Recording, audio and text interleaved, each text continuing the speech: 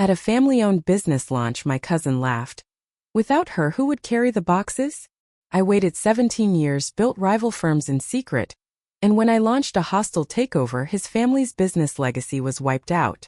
Their estate was condemned and demolished. Their family tree is now cited in case studies as an example of irreversible legacy collapse. 3 generations now live as renters in the neighborhoods their ancestors once owned. It started in 2006. I was 21, living at home in Liverpool, a suburb outside Syracuse, New York. My family had always been blue-collar. My dad was a mechanic and my mom worked the register at a dry cleaner. We weren't poor, but we sure as hell weren't rich either. My uncle Mark had always talked about starting his own business. He used to say things like, "We'll build something the kids can run one day." I believed him. I looked up to him. So when he opened Miller & Sons Logistics, I was proud to be there, working my ass off to help it launch. The Sons in the name? That was my cousin Brady and his younger brother Dean. Dean was still in high school at the time, but Brady, 2 years older than me, was already strutting around like he owned the world. They gave me a staff shirt and put me on the floor helping set up the warehouse. I was organizing pallets, sorting inventory, double-checking manifests. No one ever asked me if I wanted to do something different. They just pointed and I did it. I didn't complain. I thought, we're a family. I'll prove myself. That night, during the launch party, everyone was gathered in the backroom, music playing, people chatting. I was still working, sweaty and sore, stacking boxes behind the scenes. That's when it happened. I was walking past Brady and his college buddies, dragging a dolly with 2 heavy cartons, when I heard him laugh and say, "Without her, who would carry the boxes?" Like I was just part of the equipment. They laughed. All of them. No one corrected him. Not my uncle. Not my dad. Not even my mom. She was there too. She just gave a nervous laugh and turned away. I didn't say a word. I just kept walking, but something changed in me right then. It was like a switch flipped. They saw me as a pair of hands. That's it. I worked for the company another 2.5 years. During that time, I really tried to get them to take me seriously. I proposed using digital manifests instead of handwritten ones. I suggested cheaper third-party insurance. I even came up with a system to cut warehouse errors by tracking lot numbers. Every time I spoke, Brady either brushed it off or smiled like he was being polite to a child. My uncle never listened. Brady had a degree in communications from SUNY Albany. I had a 2-year associate's in logistics and was taking night classes for business. They gave him a desk. They gave me a clipboard. I didn't argue. I didn't storm out. I just stopped giving them anything new. I saved every dollar I could, sold my car, and moved to Rochester without saying a word. Just a 2-line email. "Thank you for the opportunity. I've decided to move on." No reply. I took a job at a small warehouse company that focused on cold chain logistics stuff like frozen foods and medications. I started as a warehouse assistant, but because I already knew how to run routes, I got promoted fast. I made friends with drivers, mechanics, dispatchers, even a lawyer who handled transportation contracts. I asked questions, took notes, and worked nights studying supply chain trends. I stayed quiet, small, and invisible. But in my head, I wasn't just working. I was building something. I watched how contracts were written. I studied how companies got around union rules. I learned how big clients operated. I even took note of which firms hated Miller & Sons. Turned out, there were a lot. They had a bad reputation, late shipments, rude customer service, and constant excuses. Brady was still running it like a frat club, hiring friends, firing anyone who challenged him. One supplier told me, "Those Miller boys think they're royalty." I smiled and nodded. I never said I was family. In 2015, I used everything I saved to buy a used reefer truck and filed paperwork for a company called Drayhawk Logistics. The name meant nothing. It was a word I made up to sound sharp and serious. I registered it under a holding company and listed my old friend Reggie as the CEO. On paper, I was just a consultant. But I ran everything. We started small last-mile delivery for frozen seafood, then dry goods. I hired drivers who had worked with me before. I paid on time. I kept routes tight and paperwork cleaner than a hospital room. Within a year, we had 5 trucks and 3 contracts. Within 2 years, we were moving freight that Miller and Sons used to handle. Brady still had no idea. By 2020, Miller and Sons was struggling. The pandemic crushed their weak spots. They had old tech, no automation, and no fallback plans. I watched from a distance as they missed critical PP shipments and lost 2 major contracts in Albany and Buffalo. Guess who picked them up? Drehawk. We didn't advertise. We didn't brag. I kept my name off everything. If Brady had done even a little homework, he would have seen it. But he was too busy blaming his staff. Behind the scenes, I started buying into the companies that he relied on: small regional carriers, a packaging vendor, a cross-docking facility near Binghamton. I used silent partnerships, alternate business names, and friends I trusted. By 2022, I owned most of the moving parts that made his business run. And then I started tightening the screws. We raised shipping rates, changed payment terms, started enforcing delivery penalties. Miller and Sons tried to push back, but they had no leverage. No one else would work with them. They were too unreliable. I sat in a meeting one afternoon with 2 lawyers and my operations manager as we reviewed Miller's debt structure. They had outstanding liens, late payments, and a balloon loan coming due that they couldn't possibly cover. It was time. In February 2024, I flew back to Syracuse. I hadn't been back in years. I walked into their warehouse, same building from that launch night, and saw how bad things were. Empty racks. Stressed workers. Brady pacing around like a man who knew the ship was sinking but had no clue why. He looked up when I walked in, confused. "Can I help you?" I handed him the documents. "I'm here on behalf of Drehawk Logistics. We now own controlling interest in your primary carriers and warehousing facilities. These papers outline the asset acquisition offer." He scanned the papers, going pale. You're with Drehawk?" I didn't blink. "I am Drehawk." He just stood there. What is this?" "It's your final invoice." Brady didn't speak right away. He just stood there holding the papers, his eyes jumping back and forth between the legal terms and my face, like his brain couldn't process both at the same time. Finally, he said, "This is a mistake. We're not for sale." I looked him straight in the eye. "You don't have a choice." He shook his head, trying to laugh it off. "You're joking, right? You can't just walk in here and take everything." He was panicking now. His voice got louder, but no one stepped in. His staff, what was left of them, just watched from the back. I saw one of the forklift drivers whisper something to another guy. Everyone could feel it. The king was being dragged off his throne. I didn't raise my voice. I didn't need to. "Brady, your debts are due. Your lines of credit are frozen. Your warehouse lease is now under our ownership. So is your fleet maintenance contract. Your last 2 clients? They signed with us last week. There's nothing left." He dropped the papers on the desk like they were hot. "You set me up," he said, pointing at me like a child blaming the teacher. "You planned this. You used us." "No," I said. "You used me. I just made sure I didn't stay used." He opened his mouth to argue again, but then Dean, his younger brother, stepped into the room. I hadn't seen him in years. He was thinner now, balding, wearing a wrinkled button-up like he'd slept in his office chair. "Is it true?" Dean asked. "You're the one behind Drehawk?" I nodded. Dean looked between the 2 of us. "You bought the vendors?" "Yes." "You killed our last 3 accounts?" "They chose me. I didn't make them leave." He exhaled like someone just punched the wind out of his gut. Then, quietly, he said, "We're screwed." Brady turned on him. "You're just going to roll over? Are you serious?" Dean didn't even raise his voice. "We don't have trucks, Brady. We don't have routes. We don't have product. All we've got is a name that no one wants to work with anymore." Then he turned to me. "How long?" "What do you mean? How long were you planning this?" 17 years. He gave a small, stunned nod. "Fair enough." Brady looked like he was about to explode.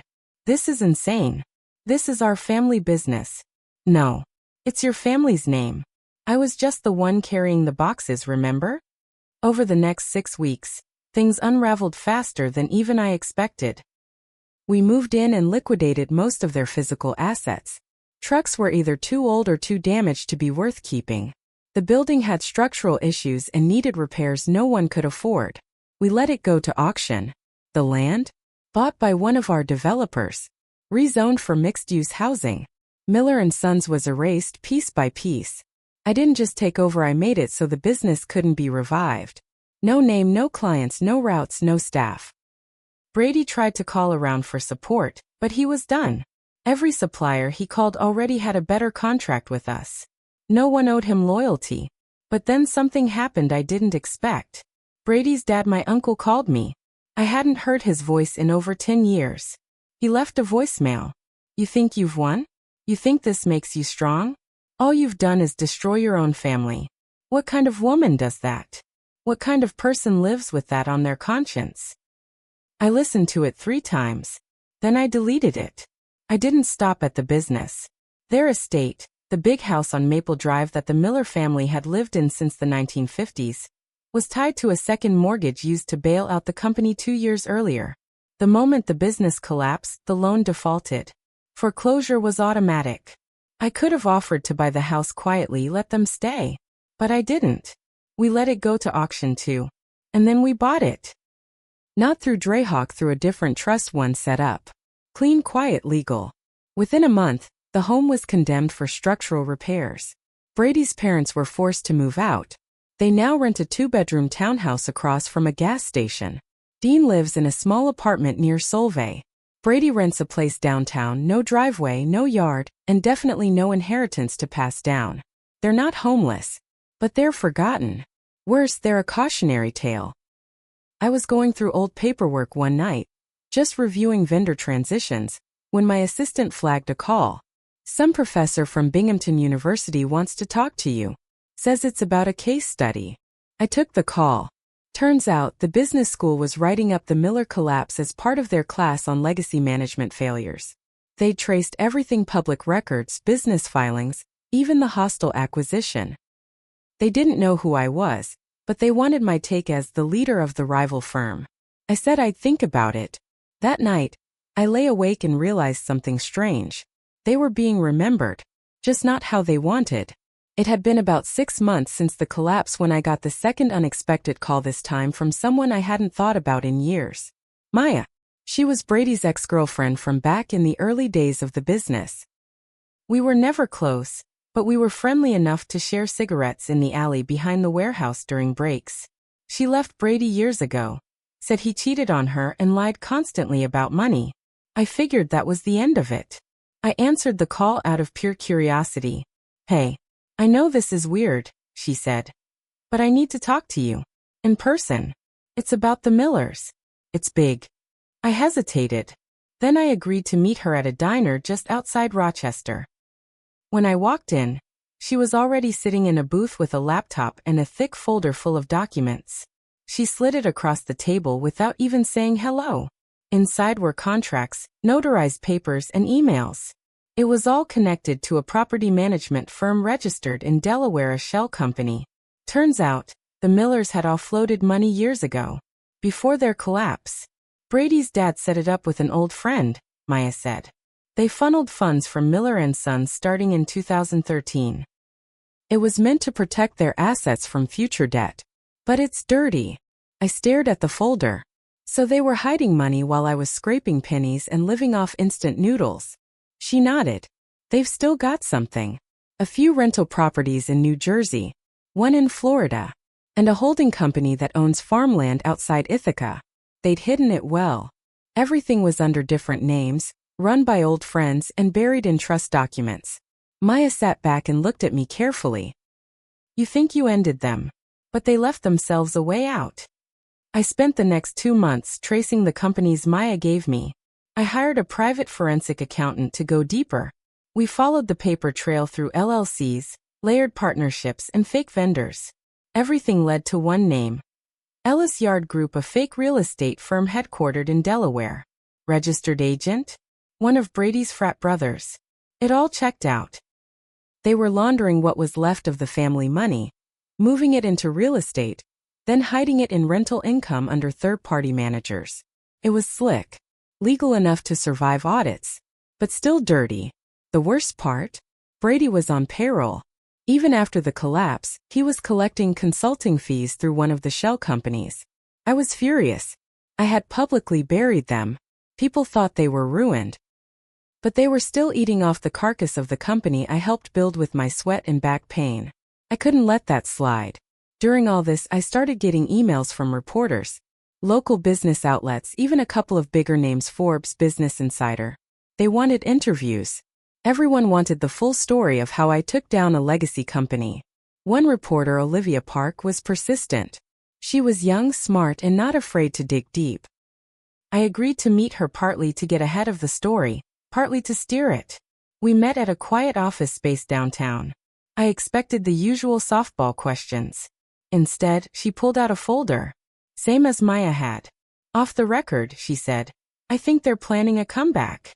She showed me a pitch deck that had been sent to a private investor network. It was a rebranding effort. Stonehaven Freight Solutions. New logo. Same colors. Same values. Guess who was listed as a silent advisor? Brady. They're calling it a spiritual successor, she said. Legacy reborn. A second chance story. I felt my stomach twist. They weren't just hiding money. They were trying to rise again. They'd taken a hit, yes, but not a knockout. They were betting on short memories and fresh branding. Most people wouldn't know Stonehaven was Miller & Sons with new paint. And Brady was still charming enough to sell himself as a reformed man. They were trying to rewrite history. While I was still living in the mess they made, I looked at Olivia and said something I hadn't said to anyone in years. If I give you everything, the documents, the fake LLCs, the funneling, the undeclared payments, do you print it? She didn't blink. If it checks out? Absolutely. Just when I thought I had everything lined up, just when I was ready to burn down whatever was left, I got a letter in the mail. No return address. Just a plain envelope, mailed from Binghamton. Inside was a single sheet of paper. It was a will. Not Brady's. My Uncle Mark's. He'd passed away 2 weeks earlier. Heart failure. I hadn't even heard. The will listed assets, debts, and one final item. In the event of my passing, any residual interest in the Miller estate is to be transferred to the individual who saved the business during its founding year. My full name. I stared at the page, heart thudding. He left it to me. Everything. I read the will again. Then again. My name was there. Clear as day. Residual interest in the Miller estate. It meant whatever was left, land, holdings, and especially anything hidden, was legally mine. I thought it was a mistake, but it was real. Mark had filed it through a small law office in Binghamton years ago, probably before the collapse. Before he knew what was coming, I didn't know how to feel. I hated him for how he treated me, for letting Brady mock me, for standing there in silence when I was worked to exhaustion for pennies. And now this. He was dead. I couldn't ask him why, but he had signed over the final pieces of what his family once built. Maybe it was guilt. Maybe he knew what Brady and Dean would do with it. Or maybe, just maybe, he knew I was the only one who ever gave a damn about the work. The lawyer confirmed it. No contest. No complications. I owned it. I thought I'd feel satisfied. I didn't. Not yet. I had two choices. I could take the assets, sell off what was left, cash in, and disappear. Let them try their little rebrand while I spent the rest of my life sipping cocktails on a beach. Or, I could end it. All of it. Burn their future, their fake comeback, and their reputation into the ground. Make sure nobody ever forgot what they tried to do to me. I didn't sleep that night. I sat at my kitchen table, staring at the old shipping schedule from 2006 I'd kept all these years. My handwriting was on every line. Brady mocked me for being the one who carried the boxes. Now I carried their legacy in my hands. I made my choice. I sent everything to Olivia: the documents from Maya, the real estate records, the silent partner contracts, the fake companies, the payroll scams, the emails connecting Brady to Ellis Yard Group, and the will. She fact-checked it all. Triple-checked. Then she ran the story. Front page. Business section. The girl who carried the boxes. How one woman brought down a logistics empire twice. It exploded. The story was picked up by national outlets, talk shows, industry panels, podcasts. Brady tried to deny it at first, said it was fake news, slander, but it was all backed by legal records, signed papers, court filings, and IRS forms. People found out he was trying to launch Stonehaven Freight Solutions while secretly hiding assets and collecting fake consulting fees. Investors pulled out. He got audited. The IRS launched an investigation. But that wasn't even the worst of it. Dean had been quiet after the collapse. He took a job at a packaging plant, kept to himself. But after the story came out, he contacted Olivia too. And he flipped. Told the press everything. How Brady had funneled money, forged documents, and lied to their dad about company debts. Said Brady had even tried to shift the blame on him when the financial house of cards first started falling. Dean was tired of being blamed. Brady lost everything. Again. His name was toxic. His credit destroyed. Lawsuits started piling up from past clients who'd been misled. His silent partner tried to sue him to recover damages. The rebrand was dead. Even the house he was renting got sold after his landlord saw the headlines. He lives in a one-bedroom now. Works under a fake name delivering for a regional courier. One of ours. I made sure of it. About a month after the final article ran, I got a message from a reporter I hadn't spoken to. It was blunt. "You really waited 17 years to do this?" "Yes," I wrote back. "That's cold." It was. And that stuck with me. I'd won. Completely. I destroyed them in a way they couldn't recover from. I didn't just take their business. I erased their name from the map. Their family, once local royalty, was now 3 generations deep in rented apartments and bankruptcy courtrooms. And yet, I didn't feel lighter.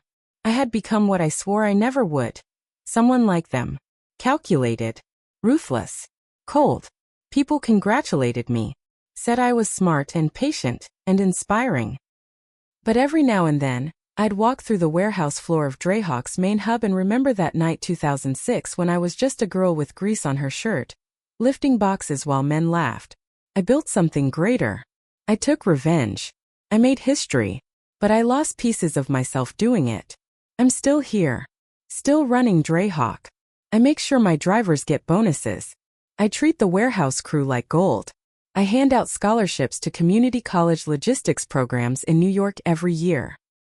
Not because I'm trying to look good, because I know what it feels like to be unseen, to be the one people joke about until you're the one signing their severance checks. That's my story. You don't have to like what I did, but you'll remember it. Just like the world remembers the Miller family now not as a dynasty, but as a warning.